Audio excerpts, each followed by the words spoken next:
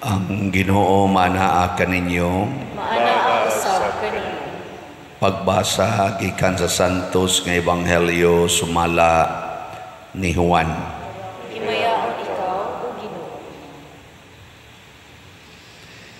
Nasubo si Jesus pag-ayo ug miingon sa walay lipod-lipod ngadto sa iyang mga tinun-an. Sultihan ko kamo, usa ka ninyo magbudhi kanako. Nagtinan-away ang mga tinun-an ug nahibulong pag-ayo kon kinsa kaha ang iyang gipasabot. Usa sa mga tinun-an nga gimahal ni Jesus naglingkod tupad kaniya. Si Simon Pedro misinias kaniya ug miingon, pangutan-a si Jesus kon kinsa ang iyang gipasabot. Busa ang maong tinun-an midip-ig kang Hesus og nangutana kinsa man siya Ginoo. Si Jesus mitubag, ituslob ko ang paan sa panaksan ug ihatag ko sa magbudhi kanako. Busa mikuha siyag paan ug ituslob niya kini sa panaksan ug ihatag kang Judas, ang anak ni Simon Iscariote. Sa pagdawat ni Judas sa paan, si Satanas misulod kaniya. Miingon kaniya si Jesus, buhata dayon ang buot mong buhaton. Walay usa niadtong didto sa kananan nga nakasabot nganong gisulti kadto ni Jesus kang Judas. Ug sanglit si Judas man ang nagkupot sa puntil sa kwarta. Pipila sa mga tinun-an naghuna-huna nga gipalakaw siya ni Jesus aron pagpalit sa ilang gikinahanglan alang sa pangilin, o kaha may ipahatag si Jesus ngadto sa mga kabos. Gidawat ni Judas ang paan ug midali siya paggula. Gabi kadto. Sa nakalakaw na si Judas, miingon si Jesus, karon ang himaya sa anak sa tao gipadayag ug ang himaya sa Dios gipadayag pinaagi kaniya. Ug kon ang himaya sa Dios gipadayag pinaagi kaniya, nan ang Dios magpadayag diha kaniya sa himaya sa anak sa tao ug kini iyang buhaton dayon. Mga anak, dili na ko magdugay uban kaninyo. Mangita kamo kanako apan sultihan ko kamo karon sa akong gisulti sa mga Hudiyo. Dili kamo makaadto sa akong adtuan. Si Simon Pedro nangutana kaniya, Ginoo, asa ka man moadto? Si Jesus mitubag, dili ka pa karon makaadto sa akong adtuan apan makaadto karaon niya. Si Pedro nangutana, Ginoo, nganong dili man ako makauban kanimo karon? Andam ako pagpakamatay alang kanimo. Si Jesus nitubag, andam ka bagayon pagpakamatay alang kanako.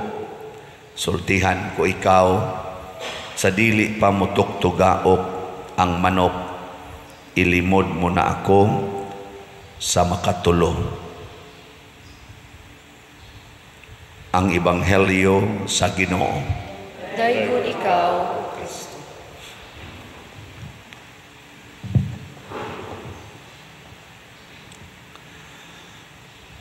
Dinhis kalibutan ang banggiitan nga kuan gahom, maugyod ang gahom sa taman Ginoo o yawa. Gahom sa yawa mo na banggiitan, mo nang daghan nato dali kayong yawaan.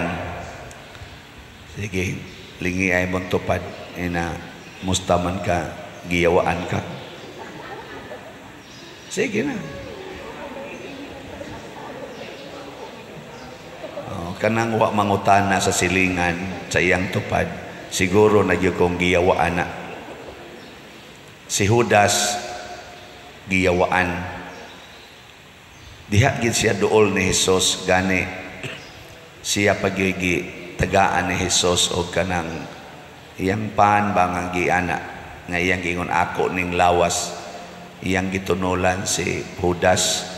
Nya matod pa sa Ebanghelyo, pag tunol gid ni Hesus, misuda yun ang yawa ni Judas, ug si Judas midali paglakaw aron pagbudhi ni Hesus. Si Pedro giyawaan sad, unsa man sad ang iyang yawa, ang pagpanghambog, pagkaandakiro. Lord, mukuyog ko nimo, ingon si Jesus, di kakakuyog nako karon. Ngano di man ko kakuyog nga andam ko magpakamatay nimo, ingon de si Jesus. Hilom di ay dip agani mo tuktugaok ang manok, kay gabi man to sila, gabi ba nang nanihapon ba, ingon si Jesus. Di ba ang manok mo tuktugaok mo na ini kadlaw no,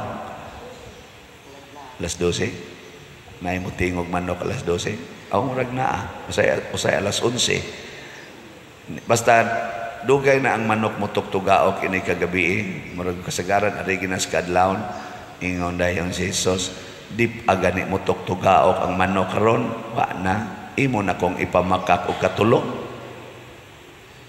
Si Jesus nasayod nga kita dali ra kitang mayawaan, apil na ning nagwali, dali kining mayawaan. Samot na nang nagsulob diya ka nang nay ana-ana. Mga apostolis na to, naong palang ana, wana. Diya pa diriskili day. Dali kay tang mayawaan. Pero, matod pa sa atong tubag sa Salmo, awiton ko ang imong kaluwasan. Kanta-kantahon ako ang imong kaluwasan. Ang kaluwasan nato wa mag-agad sa atong abilidad o sa atong kusog. Nabitay uban mo ingon, di lang ko mangumpisal pa diroy kay makasaha raman gyapon ko. Naman na ato mga rason ni nana, no? Unya na lang ko mangumpisal kung din agyod ko makasaha. Mao na ato mga sagad nga kuan. Di lang sa ko mosimba kay maura man gyapon, nagpuyo-puyo man ko.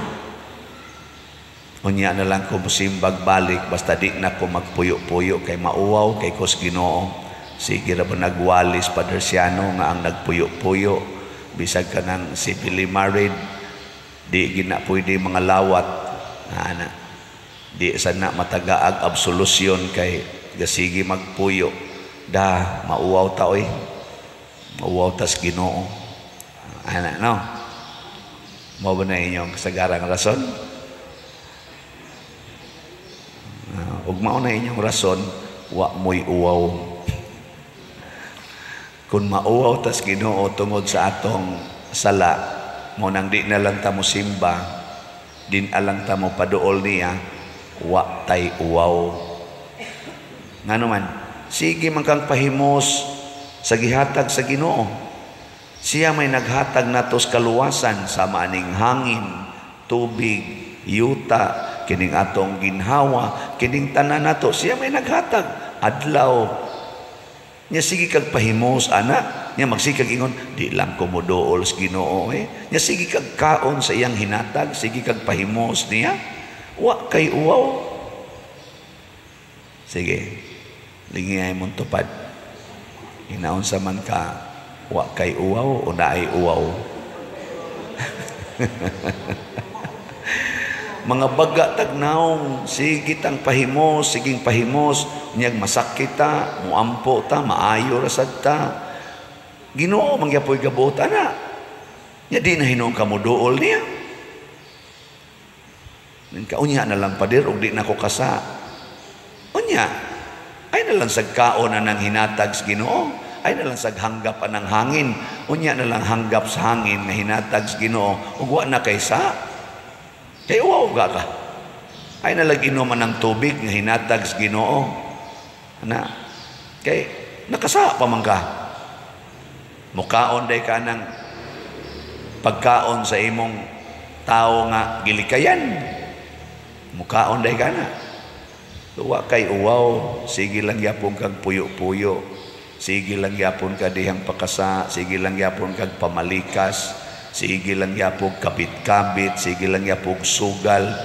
Unya, why simba-simba, why pagpaminaw sa atong mga recollection, Lenten recollection. Kasi nakatambong ninyo sa Lenten recollection nato gabi beta sa kamot. Tanawa, di ba jutay ra. Ang uban sa dahang kapoy kay pa dito. Duka kayo ikuman. Karong gabi na nasa Lenten recollection, alas 7 magsugod. Saman, nambong mo dili. Kana. Nagyot tambong. Bahala na kuan. Wow. May ika-Merkulis na pagitay Lenten recollection dito sa mga chapels. Hurot-hurot na to yung mga chapels na agitay Lenten recollection sa itong nag-angat ang Semana Santa. Nya, ato pagininggi hunahunaan karon nga maghimotag selebrasyon aron makatilaw ang mga kapilya kay lagyo maning atong mga kapilya din atong mga barangay sa Sambag, sa Lataban, sa Tabla, Santa Cruz, San Roque, maghimo sa tag selebrasyon sa Huwebes Santo o sa Sabado Santo aron makasinati sila sa pag kaning kanabang Last Supper nga misa niya makavigil pod sila dito sa Blessed Sacrament niya makasinati pod sila sa bag-ong tubig ug bag-ong kayo nga atong i-celebrate para sa Easter Vigil aron maka-feel sila kay nayuban dito sa bukid in town nangamatay na lang wa gyud kasuway ani. Pero mga nindot man nga event. Pero ang atong Bernie Santo, anhita magtigom tang tanan dinhi kay naamantay foot procession inighuman atong iprosesyon ang haya sa Ginoo. Nga ikuyog sa nato ang atong mga santos kay haron murabag maka sinati ta ba nga kining pagkamatay ni Kristo na ana day mga bunga ni aday daghang nga santos na ani. Mo na magprosesyon ta na dili aron nga magtabi lang ta dias prosesyonan magsigi tag ampo kuyog sa mga santos kay maunay bunga sa pagpakamatay ni Kristo daghana ang mahimong santos kay guwap ang mamatay si Kristo wa sad siya mabanhaw wa untay mga santos nato karon nganuman lupig lagi ta siyawa mo na ang kaluwasan nato matud pa sa unang pagbasa wa mag-agad nato kay kung kita lang wa gitay mahimo matud pa ni isa to propeta Isaías mura magway kapuslanan ang akong gibuhat bisag gipili ko sa Ginoo mura magway kapuslanan mura magkawang ang tanan akong paningkamot kung tanaw nato ang nahitabo ni Hesus mura biyag pakyas ang iyang paningkamot nganuman sa 12 ka apostoles nga special niya nga kauban murag gibiyaan siya sa tanan na ini budhi niya na ini pamakak niya nanagan sila why miunong sa panahon sa iyang kalisdanan o kamatayon pakyas gibiyaan siya sa tanan niya ikalagutan siya sa mga leader sa katawhan murag pakyas di ba mo bitaw na kita dinhi sa abisag asang nasod ang atong mga leaders ato man na silang butangan og rating unsa titawagan ang rating kana bitang trust rating awa mo minaw na kana bang retreat sila ba pilay rating trust rating niya sa katawhan karon ana naman ni magsorbi-sorbi ana nya moingon din sila na maintain ni atong presidente ang iyang rating ana 71%,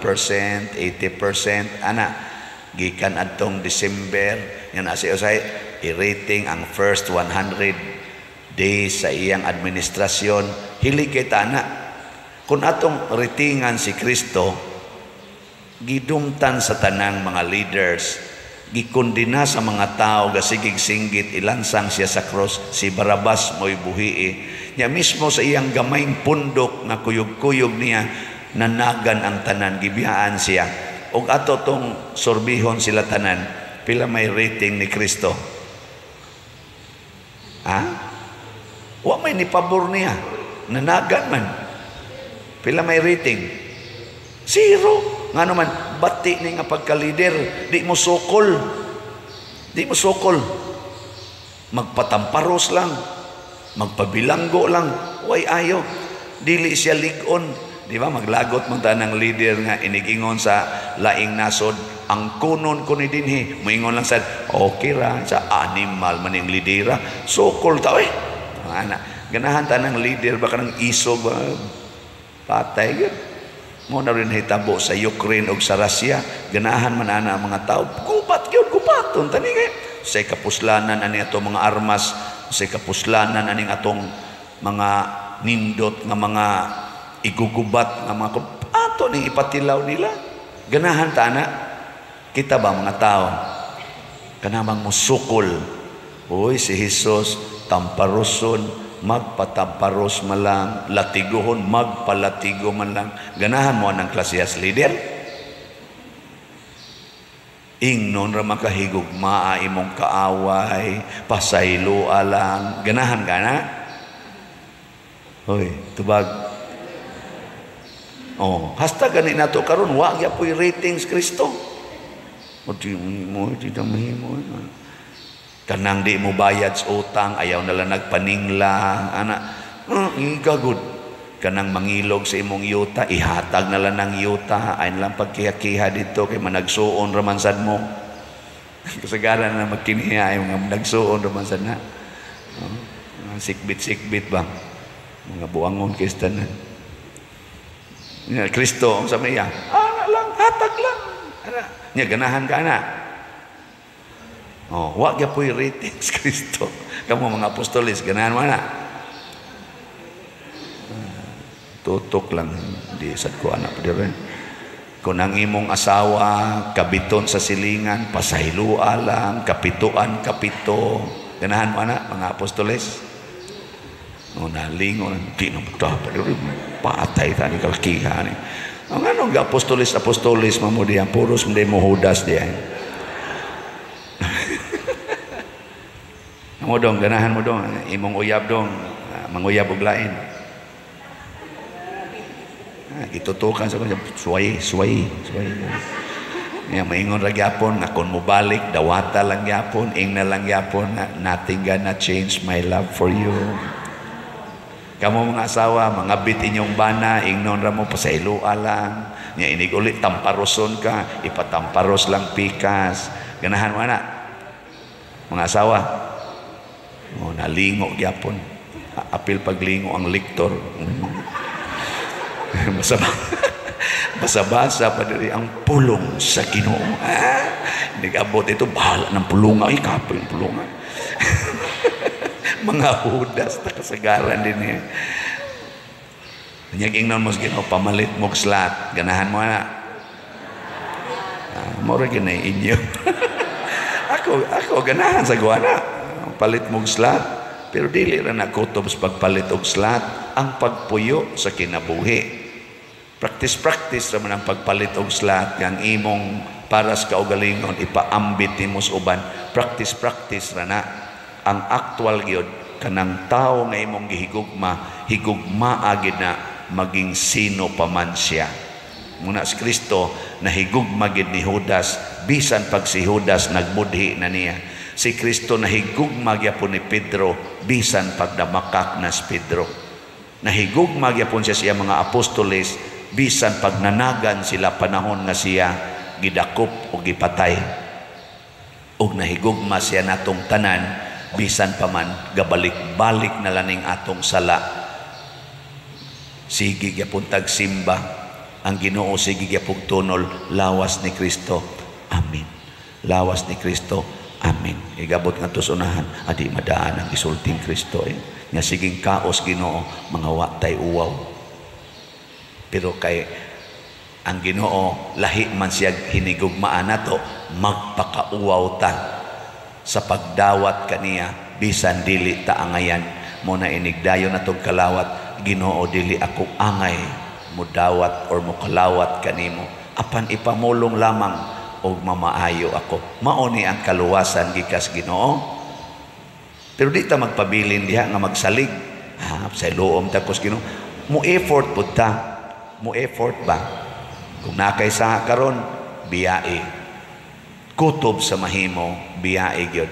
Matod pa ni San Agustin, ayaw gyud ikondisyon ang imong hunahuna nga mobalik ka pagbuhat og sala. Matod pa ni aning atong San Vicente Ferrer. Unsa nay gisuwat diha? Whatever you do, think not of yourself but of God. Sige lang kita ana, mo effort lang kita. Think God. Kung ang Ginoo mo imutanaw aning porn, unsa kay iyang hunahuna? Di ba, Brad? No? Kung ang Ginoo pay dudhuan aning kulapo, unsa kay iyang response? Kung ang Ginoo kay makakita og kanang balay-balay sa suertres, unsa kay iyang buhaton? Mupatad baka siya? Ano ba? Think of God. Kung ang Ginoo kay tupad-tuparan aning mubo kay short, niya mo dipig-dipig dayon, unsa kay iyang buhaton? Kung ang Ginoo kay tagaan aning daghan kayong slots nga gipamalit, unsaon ka niya paggasto? Mo sa nauna-unaos pare. Niya ang asawa ang Ginoo kaha maoy budhian ug bana nga mga bit, unsa kay reaksyon sa Ginoo? Think not of yourself but of God. Sige lingay mong tupad. Ingna, kung ang Ginoo pay nakatag-iya ang imong kilay, unsa kay buhaton sa Ginoo? Think not of yourself but of God. Di ba? Sige na, manindog na ta.